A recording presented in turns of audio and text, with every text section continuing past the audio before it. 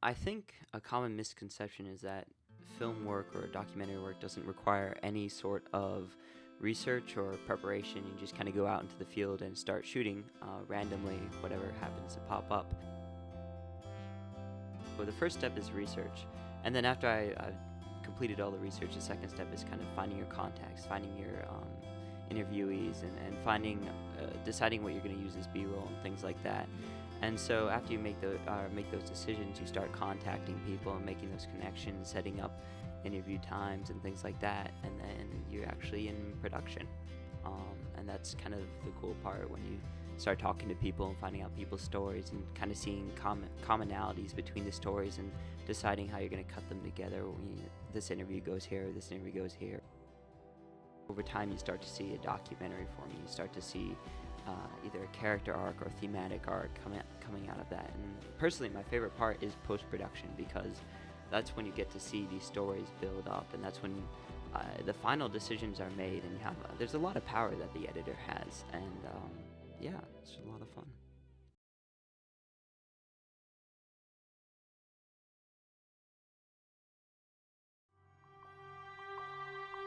I think the first night was the night that the young man was killed.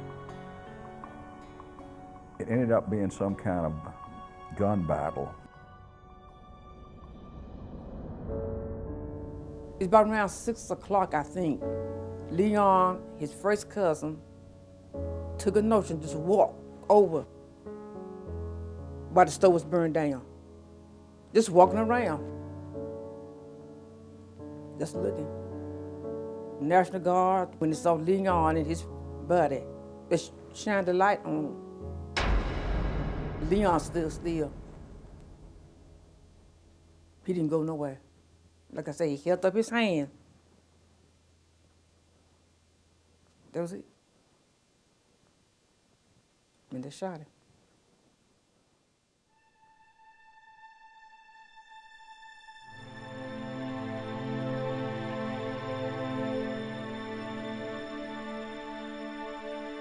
Who knows, if he was shot 17 times, some of those, if it indeed was a crossfire, as they called it, it could have been some of the rioters' bullets that hit him as well as some of the police bullets. I don't know. Sometimes you wonder, police officers, this is a time I can shoot somebody almost without having to worry about it. I did not do a good job pursuing that. I don't know why. That sort of haunts me a little bit that we didn't.